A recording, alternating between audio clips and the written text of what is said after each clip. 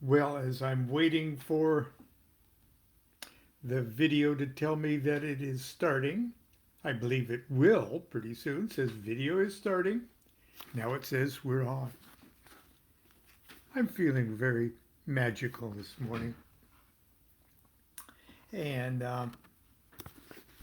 that's because in 1975, or it might have been late 1974 even, I was contacted by my good friends Chick and Sandy and Tabby, Chick and Sandra Tabitha Cicero, uh, who I'd known for a number of years by then, mostly in tarot circles. And they asked me if I would contribute to a project that they were doing for the good folks at Llewellyn called the Golden Dawn Journal. Now, this was for the Golden Dawn Journal number 3.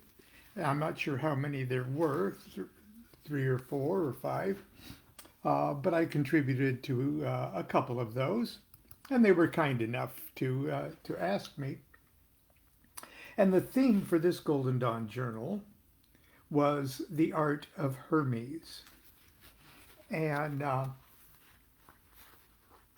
so I wrote something up for my contribution, and it happened to be the opening act in what would generally be my writing career. And so in honor of that, or in recognition of that, I'm going to read my article. And it's called The Emerald Tablet of Hermes and the Invocation of the Holy Guardian Angel. It begins with an epigram from Crowley's Rite of Mercury. O thou Lord of harmony, Master of the right will, thou who hast brought us into the divine seeds of self-knowledge, we, the humble servants of the children of thy voice, call on thee to lead us out of our ignorance. We call thee, O thrice holy. Certainly one of the most significant events to impact the modern study of Hermeticism was the English translation in 1888 of the Book of the Sacred Magic of Abramelin the Mage. Unlike other grimoires, supposedly written by King Solomon or Moses or various prophets and patriarchs, the authorship of the sacred magic is attributed to a bona fide historical personage with rather impressive credentials. Abraham the Jew, 1362 to 1460, a German Jew, was perhaps the most famous alchemist magician of his day.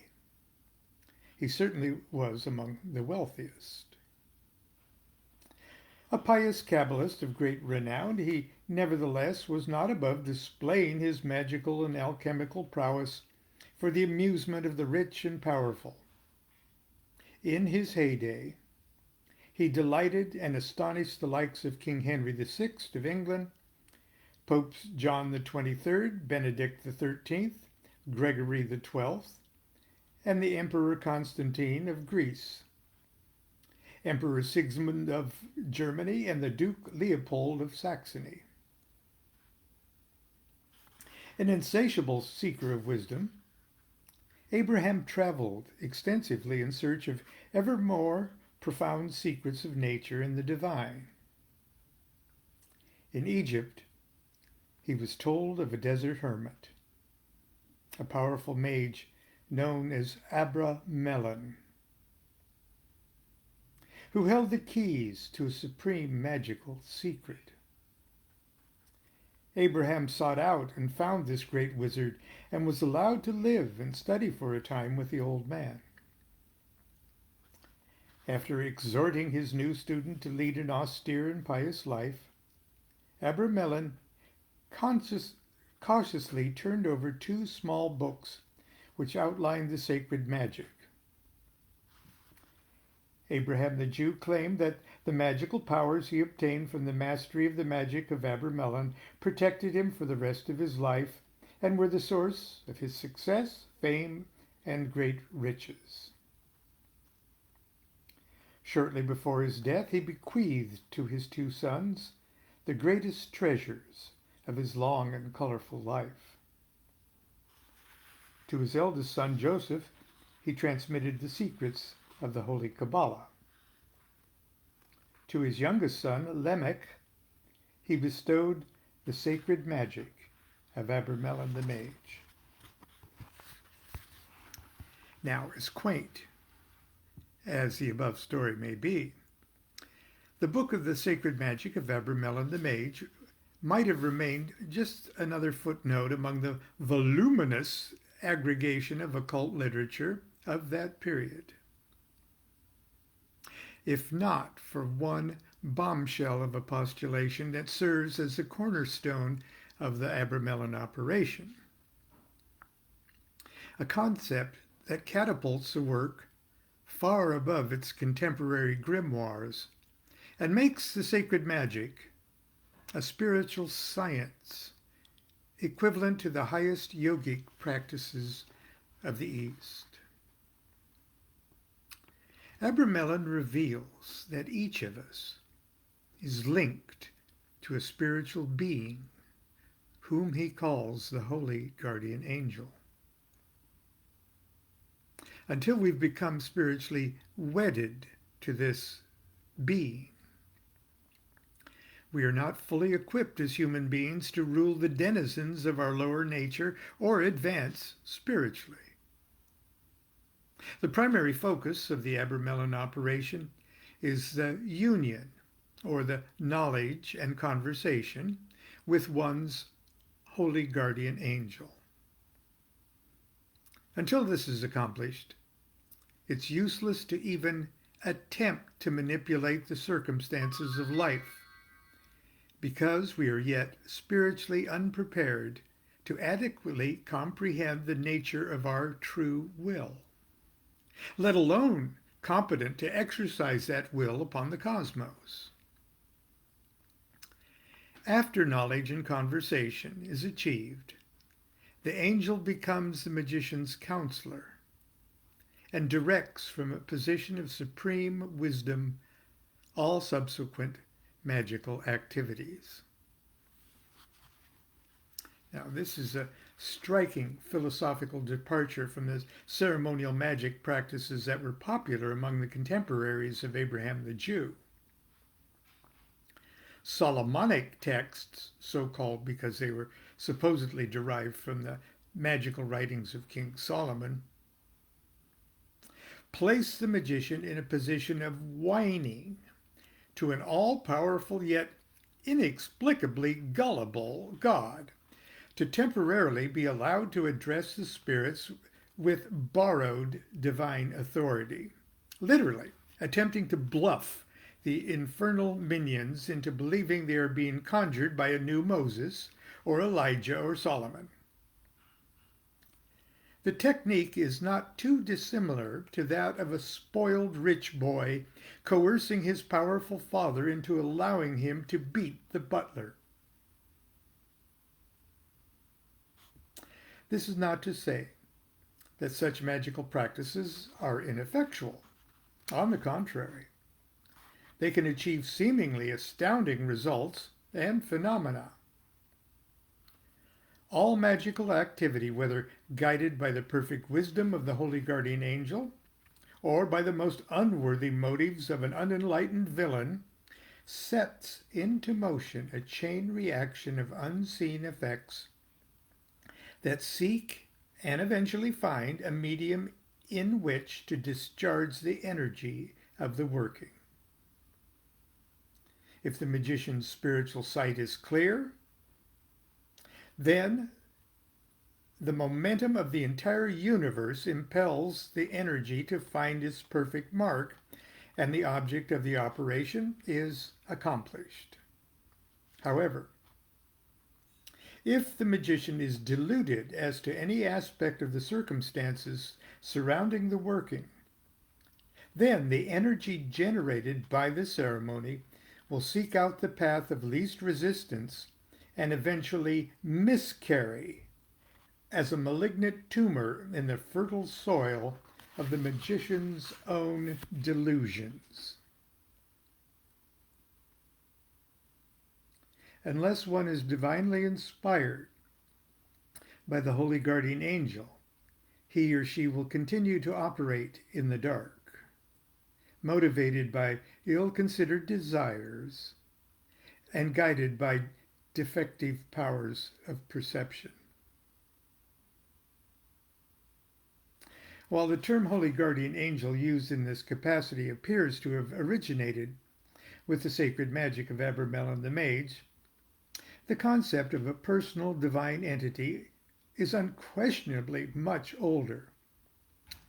Zoroaster writes of the Agathodaimon, a personal guardian spirit who must be contacted before any theurgic ceremony is initiated.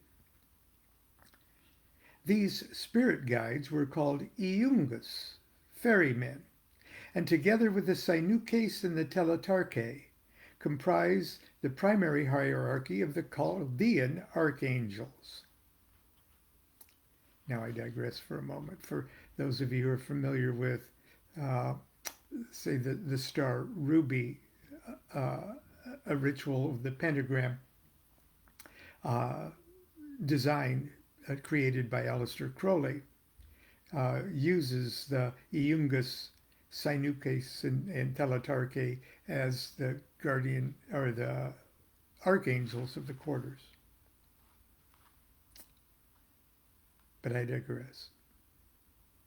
The Platonic philosophers taught that between humanity and the gods, there exists an intermediate class of spiritual beings called daimonos.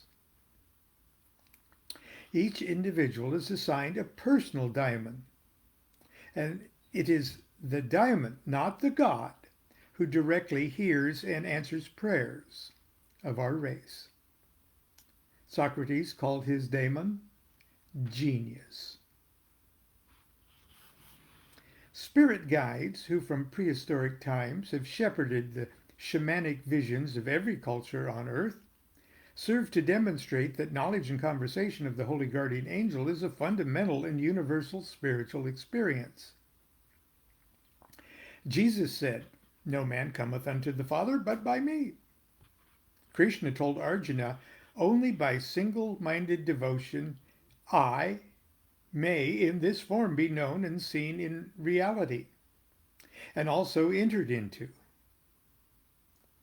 Everywhere we look within the sacred writings and spiritual practices of the world's religions, we find the basic theme of a personal relationship with a spiritual being who is the representative of or the conduit to a supreme and perhaps impersonal deity. So ingrained is this it embedded deeply in our myths and fairy tales. It takes no stretch of the imagination to see the holy guardian angel as the prince who awakens with a kiss, knowledge and conversation, the sleeping beauty, or the unenlightened soul, and takes her to the palace of his father, the king, God, where the new couple will eventually become king and queen themselves, supreme enlightenment and reabsorption into Godhead.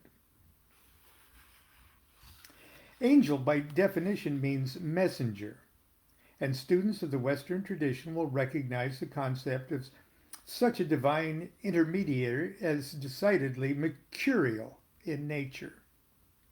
Hermes, Mercury, is the messenger of the gods, and psychopomp of the dead. Avatars of the world's great religions all have presented themselves as guides, shepherds, and messengers of divine truth. The fact that the gods need a messenger reveals that direct communication with and between the gods, or vibratory frequencies, or levels of consciousness, or degrees of awareness, or Kabbalistic worlds, or stages of existence, or evolutionary steps, facets of being, etc. We could call all of those gods.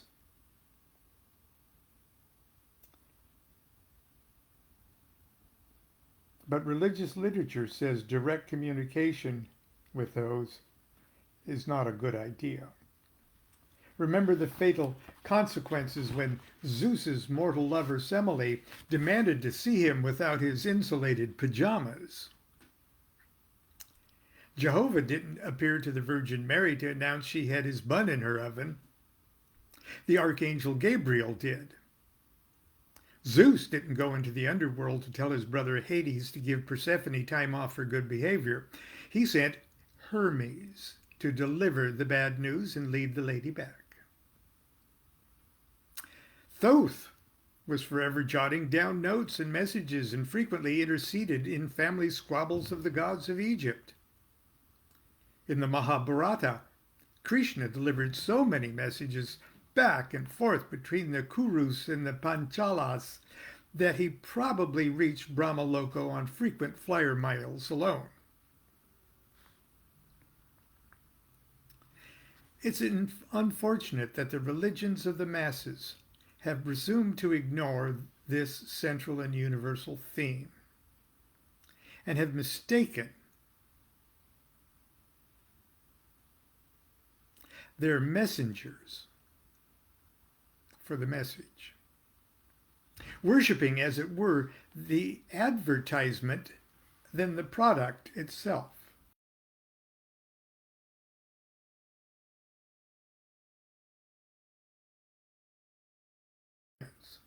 Yet, if we allow ourselves the freedom of an open mind, we can witness the holy guardian angel dancing on the street corner in the unbridled bliss of the Hare Krishna devotee, and hear its song in the Muslim's poignant call to worship.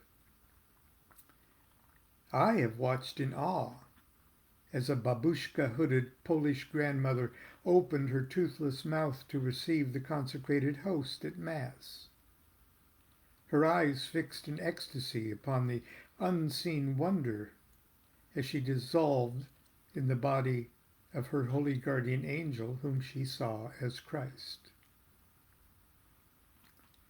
Like the Buddhist monk who sees the pure Buddha nature in a steaming pile of dog excrement, there will always be individuals who will seize the pure core truth of their religion, no matter how idiotic the superfluous trappings of their particular creed may be. It's a sad irony that, with few exceptions, the great religions of the West insist on short-circuiting the spiritual wiring of their adherents by demanding they accept an exclusive and crystallized image of the holy guardian angel. The holy guardian angel is more than the projected image of our perfected self, or the voice of our conscience. It is more than the innocent inherent knowledge between right and wrong. It is more than the divine ear that hears us when we look up to heaven and pray, "Oh God, if you just get me out of this, I'll never do anything so stupid again." But what that more than is difficult to discuss. Abramelin doesn't even spend much time trying. He says, get your angel and have him explain. That seems to be the thrust of his advice, and the final analysis is probably the wisest counsel. Nevertheless, since knowledge and conversation of the holy guardian angel is of such supreme importance to the spiritual career of the aspirant, it might be helpful to see how the concept might be more clearly illustrated. To do this, I will briefly review the basic Kabbalistic principles as they relate to the fundamental document of Hermeticism, the Emerald Tablet of Hermes.